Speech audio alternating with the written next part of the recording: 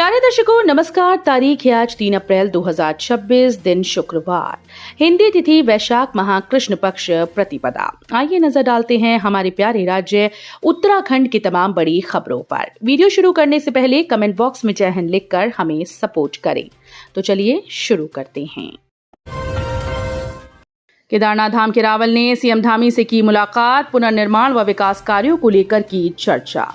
मुख्यमंत्री पुष्कर सिंह धामी ने गुरुवार को केदारनाथ धाम के रावल श्री श्री श्री 1008 भीमाशंकर लिंग ने शिष्टाचार भेंट की। इस दौरान रावल ने भगवान केदारनाथ की कृपा और प्रदेश की सुख समृद्धि की कामना की।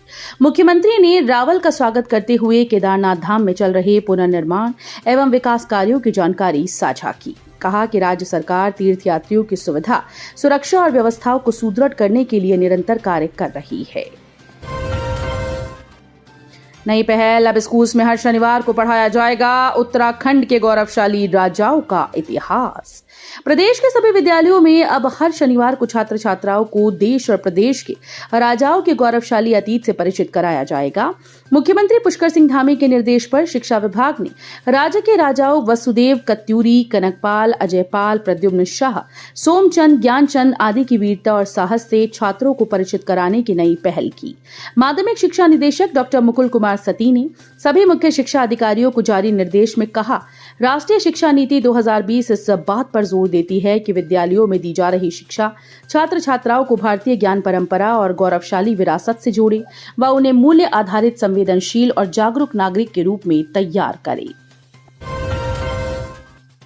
उत्तराखंड सुपरिटेंडेंट परीक्षा की उत्तर कुंजी जारी, 8 अप्रैल तक दर्ज करे आपत्ति।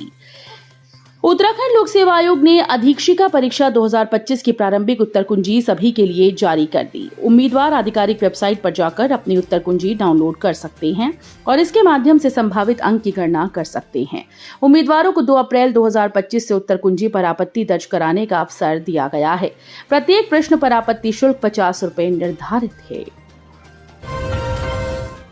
मसूरी जाने वालों के लिए अच्छी खबर, आपदा में ध्वस्त बैली ब्रिज 20 दिन में होगा तैयार। देहरादून से मसूरी जाने वाले पर्यटकों और स्थानीय निवासियों के लिए राहत भरी खबर है। दून मसूरी मार्ग पर शिव मंदिर के पास पिछले साल आपदा में ध्वस्त पुल के स्थान पर लोक निर्माण विभाग ने दूसरे बैली ब्रिज का निर्माण कार्य शुरू कर दिया। विभाग का दावा है कि अगले 20 दिनों के भीतर पुल बनकर तैयार हो जाएगा। स्कूल बसेस का नहीं बढ़ेगा किराया, परिवहन आयुक्त बोले, अभिभावकों की जेब पर नहीं पड़ेगा अतिरिक्त भार। छोटे शहरों में स्कूल की बसेस का किराया नहीं बढ़ेगा। राज्य परिवहन प्राधिकरण की ओर से स्कूल बसेस के किराए के संबंध में संशोधित आदेश जारी किया जाएगा।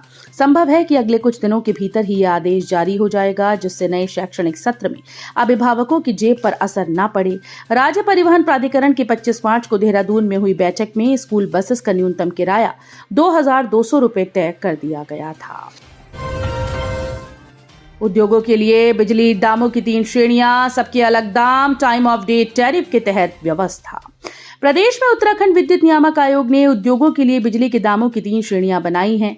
हर श्रेणी का अलग अलग दाम तय किया है। 1 अप्रैल से लागू हुए टैरिफ में टाइम ऑफ डे टैरिफ लागू किया गया है, जिससे बिजली के बिल पर असर पड़ेगा। आयोग ने राज्य के एलटी व एचटी उद्योगों के लिए बिजली की दरों और बिलिंग प्रक्रिया में महत्वपूर्ण बदलाव किए हैं।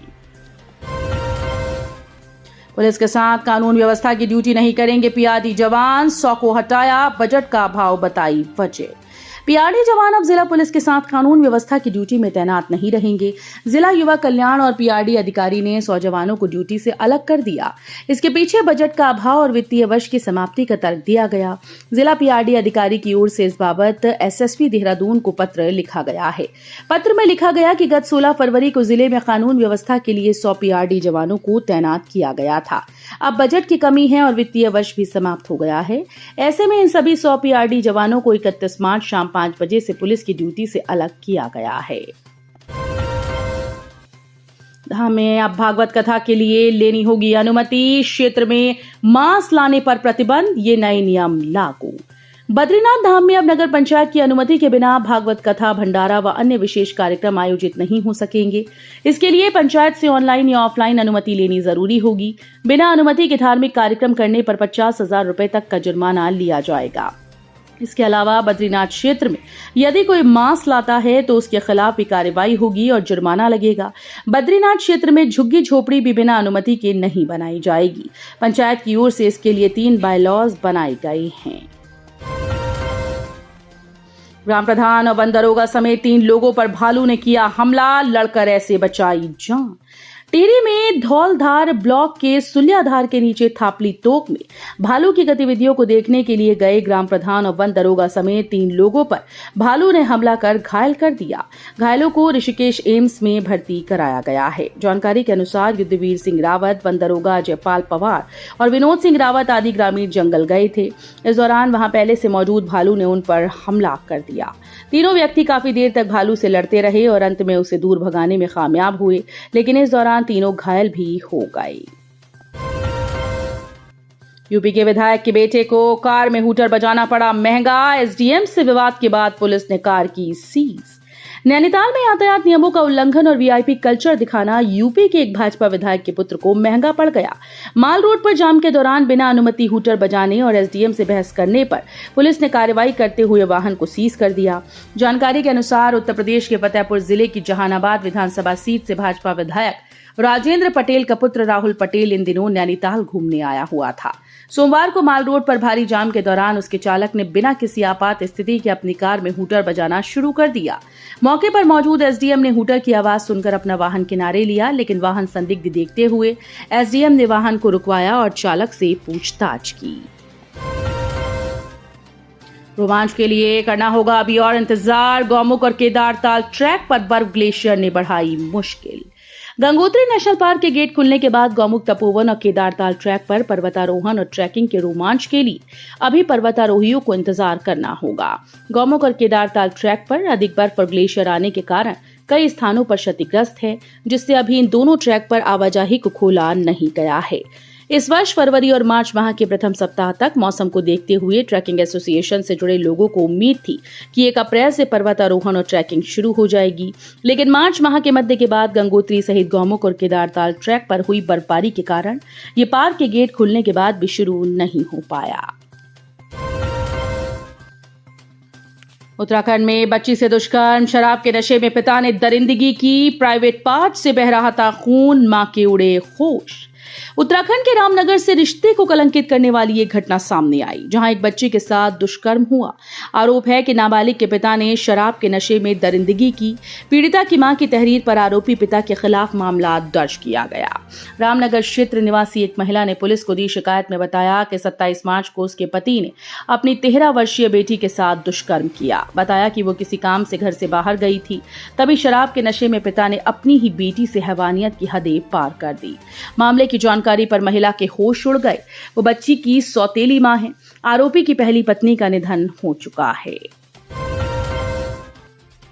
तैयापुल के पास नहाने गया कर्नाटक का युवक नदी में बहा, टापू पर फंसा, एसडीआरएफ ने किया रेस्क्यू।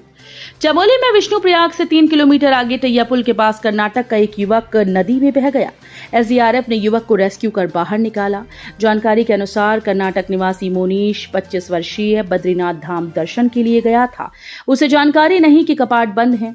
जानकारी होने पर वो तैयापुल के पास पहुंचा और नदी में नहाने लगा। इस दौरान उसका पैर फिसला और वो बह गया।